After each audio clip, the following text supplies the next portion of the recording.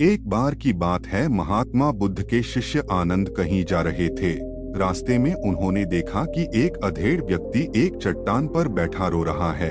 वे उसके पास गए और बोले, क्या बात है वत्स, तुम कौन हो और क्यों रो रहे हो? आनंद की बात सुनकर उस व्यक्ति की सिसकियां थम गईं। वह अपने आंसू पोंछता हुआ बोला, मैं पास के गांव का रहने वाला एक बदनसीब व्यापारी हूँ। मैं जो भी काम करता हूँ वह बिगड़ जाता है।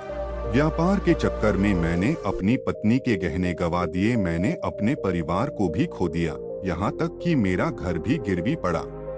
मुझे तो लगता है कि मैं किसी काम का नहीं हूँ, मेरी किस्मत ही खराब है। उसकी बात सुनकर आनंद बोले, तुमसे किसने कहा वत्स कि तुम्हारी किस्मत खराब है? जरा मैं भी तो जानूं कि तुम्हारी किस्मत में क्या खराबी है। वह व्यक्ति बोला, पहले मैं खेती करता था, पर हर साल उसमें घाटा होता था। कभी सूखा पड़ जाता तो कभी ज्यादा बारिश के कारण फसल बर्बाद हो जाती। इससे परेशान होकर मैंने व्यापार करने का निश्चय किया। मैंने पत्नी के गहने बेचकर अपना व्यापार शुरू किया, लेकिन मेरा व्यापार नहीं चला। शुरू में परिवार वालों ने मेरा साथ दिया, लेकिन जैसे जैसे मुझे नुकसान होने लगा, मेरे परिवार वाले भी मुझसे दूर हो गए। मैं यह सब उनके लिए ही कर रहा था, लेकिन अब वे लोग मुझे देखकर नजरें फेर लेते हैं और मुझे ही मेरे परिवार की दुर्दशा का जिम्मेदार ठहराते हैं। उस व्यक्ति ने एक लंबी सी सांस ली और फिर बोला, मेरा एक मित्र है, उसने भी मेरे साथ अपना व्यापार शुरू किया था। उसका व्यापार अच्छा चल रहा है। वह जब भी मेरे घर आता है तो अपनी सफलता की कहानियां सुनाता है। उसकी बातें सुनकर मेरे घर वाले भी कहते हैं कि उसे देख और कुछ सीख। हमें तो लगता है कि तेरे वश का कुछ भी नहीं है। उन लोगों की बातें सुनकर अब तो मुझे भी लगने लगा है कि शायद मेरे वश का कुछ भी नहीं है। अब तो मुझे अपना जीवन ही व्यर्थ लगने लगा है। मेरे मन में ख्याल आता है कि अपना जीवन समाप्त कर लूं। मैं यहाँ आया भी इसी इरादे से था, लेकिन हिम्मत नहीं कर पाया, इसीलिए यहाँ एकांत में बैठा विलाप कर रहा था। आनंद बोले, ओह तो ये बात है। वैसे क्या तुम इसके अलावा कुछ और भी कहना चाहते हो? उनकी बात सुनकर वह व्यक्ति बोला, एक ओर मेरा हर काम खराब हो जाता है, दूसरी ओर मेरा मित्र है जो हर समय मुझे नीचा दिखाने का प्रयत्न करता रहता है।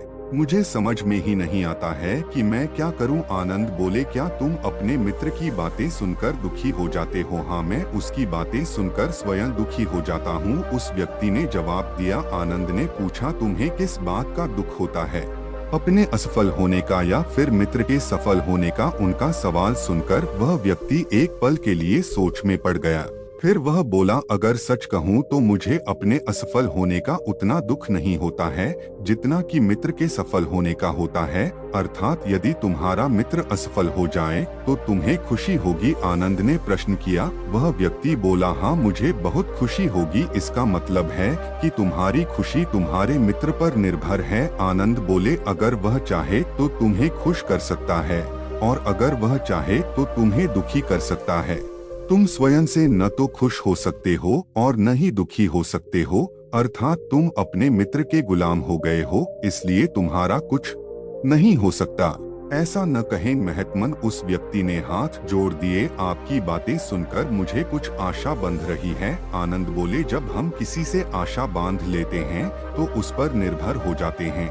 ऐसे में हमारी खुशी और दुख भी उस पर निर्भर करने लगता है। इससे बेहतर है कि तुम अपने आप से आशा बांधो।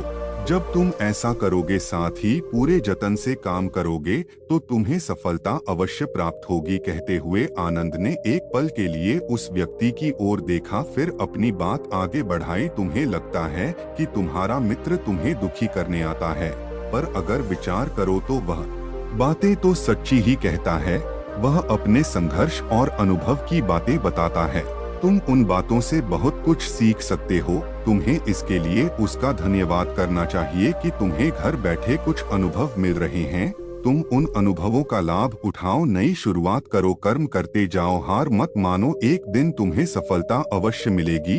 आज तुम जिसे अपना बुरा वक्त या बुरी किस्मत कह रहे हो, एक दिन यह बदल जाएगी। इसी के साथ तुम्हारे विचार भी बदल जाएंगे और देखना जब तुम्हारा अच्छा वक्त शुरू होगा तब तुम्हारा मित्र भी तुम्हें अपनी सफलताओं की कहानियां नहीं सुनाएगा, तब वह अपनी असफलताओं की बातें बताएगा ताकि तुम उसकी बातें सुनकर भ्रमित हो जाओ, तुम्हारा आत्मविश्वास हिल जाए और तुम गलत निर्णय ले सको। लेकिन उस समय भी तुम्हें अपनी बुद्धि का प्रयोग करना होगा। तुम्हारा मित्र जैसे आज तुम्हें दुखी करने आता है, उसी तरह उस समय भी वह तुम्हें दुखी करने आएगा, क्योंकि जिस तरह उसे दुखी देखकर तुम्हें मजा आता है, उसी तरह उसे भी तुम्हें दुखी देखने में उतना ही मजा आता है। वह व्यक्ति बोला, आपने सही कहा, लेकिन मेरा सबसे बड़ा दुख यह है कि मेरे परिवार के लोग भी इसमें शामिल हैं। वास्तव में मैं तो अपने परिवार के लिए अच्छा करना चाहता था, लेकिन वे लोग भी मेरी बात नहीं समझते हैं, वे भी मुझे गलत कहते हैं और अब तो वे मेरे साथ भी नहीं हैं। आनंद बोले, मैं सब समझ गया, तुम सांत्वना चाहते हो। वास्तव में इस दुनिया में सभी लोग सांत्वना ही चाहते हैं। हम चाहते हैं कि हम जब भी कुछ करें तो लोग हमारी प्रशंसा करें, लेकिन आमतौर से ऐसा नहीं होता है, इसलिए हम दुखी हो जाते हैं।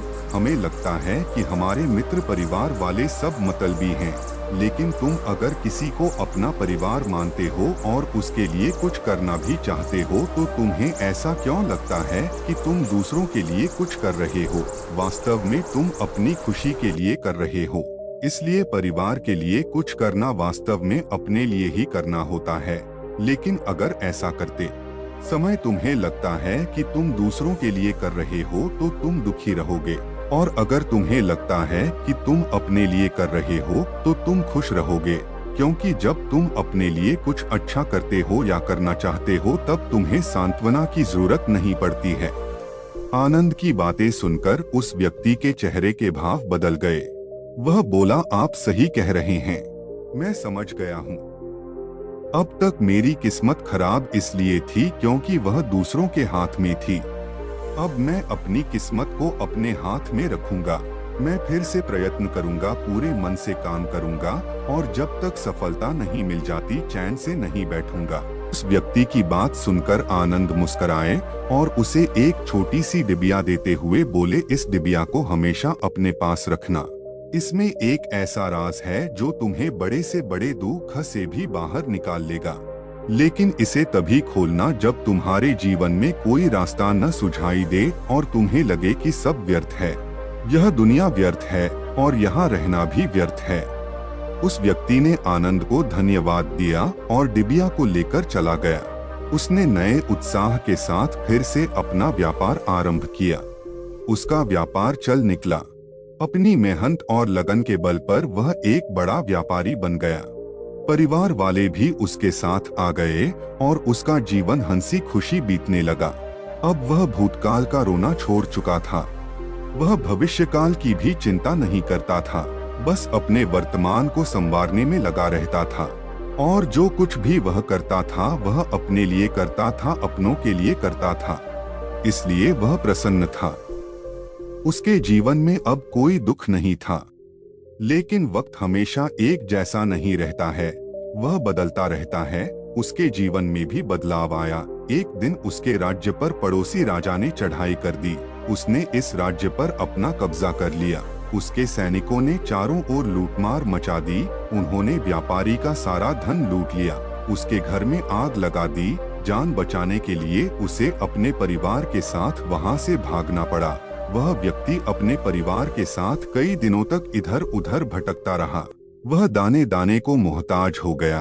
उसका बच्चा बीमार हो गया। इलाज के अभाव में वह तड़पने लगा। यह देखकर उसका हृदय चीत्कार कर उठा। वह कैसे अपने बच्चे का इलाज कराए? उसके पास तो खाने के लिए भी पैसे नहीं थे। ऐसे में उसे एक बार फिर निराशा ने घेर लिया। उसे लगने लगा कि उसका जीवन व्यर्थ है, सारी दुनिया व्यर्थ है, किसी भी बात का कोई मतलब नहीं है। भले ही आप जीवन में कितना भी कुछ कर लो, कितनी भी सफलता हासिल कर लो, पर अंतत यह जीवन समाप्त ही होता है। तो फिर ऐसे में जीवित रहने का क्या फायदा? इससे तो अच्छा है कि वह अपना जीवन समाप्त कर ले। लेकिन तभी उसके दिमाग में आनंद की दी हुई डिबिया कौंध उठी। उसने उत्सुकता के साथ उसे खोला। डिबिया के भीतर एक पर्ची रखी हुई थी। पर्ची पर कुछ लिखा हुआ था। उसे पढ़कर उसकी आंखों के आगे छाया निराशा का अंधेरा छंट गया और वह मुस्कुरा पड़ा। पर्ची पर लिखा हुआ था, यह समय भी बीत जाएगा। उसने डिबिया को अपनी मुट्ठी में भींच लिया और एक नई शुरुआत के लिए उठ खड़ा हुआ। दोस्तों, अगर आप भी ऐसी ही परिस्थिति से गुजर रहे हैं तो निराश न हो। अपने अतीत पर शोक मत करें, न ही भविष्य की चिंता करें।